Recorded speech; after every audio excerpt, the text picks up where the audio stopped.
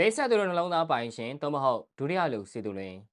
ပရိသတ်များလုံးဝဲမင်္ဂလာများထူးမြောင်အိုင်ဘတ်ကွန်ရှိကိုအေးချမ်းကနေပြန်လည်ကြိုဆိုလိုက်ပါတယ်။သုံးဝင်းဆိုင်လာခဲ့ရင်တယောက်ကတော့နောက်ဆုတ်ပေးရတယ်ဆိုတဲ့စကားရှိပါတယ်။လီဗာပူးအာဆင်နယ်နဲ့ပရီးမီးယားလိမှာအာဆင်နယ်ကတော့ဒုတိယလူအဖြစ်နဲ့နောက်ဆုတ်ပေးလိုက်ရပြီဖြစ်ပါတယ်။ဘလောက်ပဲတော်တော်ဒုတိယဆိုရင်လူတွေကတိတ်ဆိတ်ဝင်စားကြတာမဟုတ်ဘူး။ပြန်ပွဲတစ်ခုမှာရွှေစိတ်ဆုရှင်ကဘယ်သူလဲဆိုပြီးမေးကြပေမဲ့မေရဂျိတ်ဆုကိုဘယ်သူရသွားလဲဆိုတာတော့တိတ်ပြီးအဖက်လောက်ကြတာမဟုတ်ဘူး။အကောင်းဆုံးရှုံးသမားဆိုပြီးစာဖွဲ့ရေးပေမဲ့ရက်ကွက်စကားဆန်ဆန်ပြောရမယ်ဆိုရင်တော့ကိုယ်အတုံးမကျလို့ဆုံးရှုံးလိုက်ရတယ်ဆိုတာပါပဲ။ခါလီမှာလူတိုင်းဟာသူများနောက်ကိုရောက်နေတတ်ပါတယ်။အမြဲတမ်းထင်းရောက်နေရအောင်လင်းတိုင်းညွှန်မှာမဟုတ်တာပဲလी။ဒါပေမဲ့၃နှစ်ဆက်လိုက်ကြီးနောက်ကိုရောက်သွားရင်တော့ဒါကြီးကလွန်သွားပြီလို့ပဲပြောအောင်မှာဖြစ်ပါတယ်။အာဆင်နယ်ဒုတိယလူဇာလန်းမှာဘယ်သူအတုံးမကျဘူးလဲမေးအာဆင်နယ်ကိုပဲလက်ညှိုးပြန်ထိုးရမှာဖြစ်ပါတယ်။တိုက်စင်မိုးစစ်စစ်မရှိဘူးဆိုတာတိတိကြီးနဲ့မဝယ်ပေးတဲ့အသင်းပိုင်ရှင်ကိုပဲအပြစ်ဖွယ်ရမလား။ခေါင်းမာလုံးနဲ့အာဒီတာကိုပဲအပြစ်ရှာရမလားမသိတော့တော့အောင်အာဆင်နယ်ရဲ့အရင်ကဇလန်းလေးဟာဒီယာဒီမှာပဲအရင်ကအတိုင်းပြီးဆုံးသွားခဲ့ပြန်ပါပြီ။ဘောလုံးလောက်ကမှာအဓိကဆိုပလာ၃လုံးထိရယူနိုင်ခဲ့တဲ့အသင်းတွေကို Triple Winner လို့ခေါ်ကြပါတယ်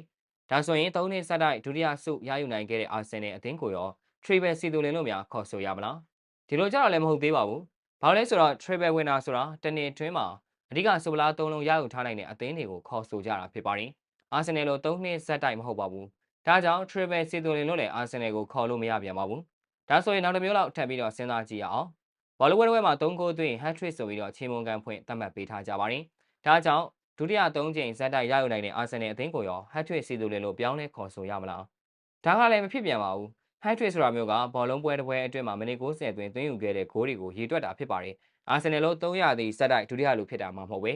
။တခြားဘာတွေများထက်ရှိအောင်ပါမလဲ။မန်စီးတီးတို့400သည့်ဇက်တိုက်ပရီးမီးယားလိချန်ပီယံဆုကြီးကိုရရှိတုန်းက4 in a row ချန်ပီယံဆိုပြီးပြောကြတယ်။တကယ်လို့3နှစ်ဆက်တိုက်အမှတ်ပေးဖလားရတယ်ဆိုရင်တော့ 3 in a row ချန်ပီယံဆိုပြီးတော့ခေါ်ကြတယ်။ဒါဆိုရင်3နှစ်ဆက်တိုက်ပရီးမီးယားလိမှာဒုတိယရခဲ့တဲ့အာဆင်နယ်ကိုရော3 in a row စီတိုလင်လို့ခေါ်ဆိုရင်ကောင်းမလား။ဒါနဲ့ပတ်သက်ပြီးနောက်ထပ်ခေါ်ဆိုပုံတစ်ခုကလည်းရှိပါသေးတယ်။စူပလာတစ်မျိုးမျိုးဥမာချန်ပီယံလိပဲဖြစ်ဖြစ်ပရီးမီးယားလိပဲဖြစ်ဖြစ် FA ဖလားပဲဖြစ်ဖြစ်အဲ့ဒီဖလားတစ်လုံးလုံးကို3နှစ်ဆက်တိုက်စကူးရရှိရဆိုရင်အဲ့အသင်းကို Peace Champion လို့ပြောကြပါတယ်။ဒုတိယနေရာကို3နှစ်ဆက်တိုက်ရောက်နိုင်ခဲ့တဲ့အာဆင်နယ်အသင်းကိုရော Peace စီတိုလင်လို့ခေါ်ရင်ကောင်းမလား။တိတော့ဗျာကြက်လို့လာခေါ်ပါတော့အာဆင်နယ်ကဘယ်လောက်ထိဒုတိယလူဆိုတဲ့ကန်ဆာတာနဲ့အကျိုးပေးသလဲဆိုရင်ဒီနေ့မှာလီဗာပူးဖလားနဲ့ရသွားတာကြောင့်အင်္ဂလန်ရဲ့အမှတ်ပေးချန်ပီယံအများဆုံးဆင်းမှာနေရင်ထိုင်တတိယနေရာကနေဒုတိယနေရာထိတောင်ရောက်သွားပြန်တယ်။အော်တော်တော်လေးကိုဒုတိယလူနဲ့အကျိုးပေးတယ်လို့ပြောရမှာဖြစ်ပါတယ်။လူတွေကကိုယ်တိုင်ထွင်ရဲ့စိုက်ပျိုးတဲ့အသီးကိုကိုယ်တိုင်ပဲရိတ်သိမ်းကြတာဖြစ်ပါတယ်။အာဆင်နယ်အတွက်ဒါကဘယ်သူ့ကိုမှအပြစ်တင်မရပဲကိုယ့်ကိုပဲအပြစ်တင်ရမှာဖြစ်ပါတယ်။ဘာဖြစ်ဖြစ်ဒီယာဒီကတော့ပြီးဆုံးသွားခဲ့ပါပြီ။လီဗာပူးတို့ဖလားရတယ်။အာဆင်နယ်တို့3ချိန်ဆက်ဒုတိယရတယ်။ဒါပေမဲ့ချန်ပီယံလိမှာတော့အာဆင်နယ်ဟာမျှော်လင့်ချက်တွေရှိနေပါသေးတယ်။ချန်ပီယံလိမှာဒုတိယလူမဖြစ်ဖို့အာဆင်နယ်အသင်းစူးစမ်းသွားရအောင်မှာဖြစ်ပါတယ်။စတင်ပြီးပြောရမယ်ဆိုရင်တော့ပေးဆက်သူနှလုံးသားပိုင်ရှင်အာဆင်နယ်အတွက်ဒီနှစ်ကတော့ကံမကောင်းသေးဘူးလို့ပဲဆိုရမှာဖြစ်ပါတယ်။ဟုတ်ကဲ့ပါဗျာဗီဒီယိုလေးကဒီလောက်ပါပဲနောက်နေ့မှလည်းအားကစားနဲ့ပတ်သက်တဲ့သတင်းအကြောင်းတွေကိုတင်ဆက်ပေးသွားမှာဖြစ်တာကြောင့်ကျွန်တော်ရဲ့ page လေးကို like and follow လုပ်ပြီးဒီဗီဒီယိုလေးကိုလည်း share ပေးကြပါအောင်လို့ပြောရင်းနဲ့ညီကုန်းချုပ်လိုက်ရပါတယ်ခင်ဗျာ။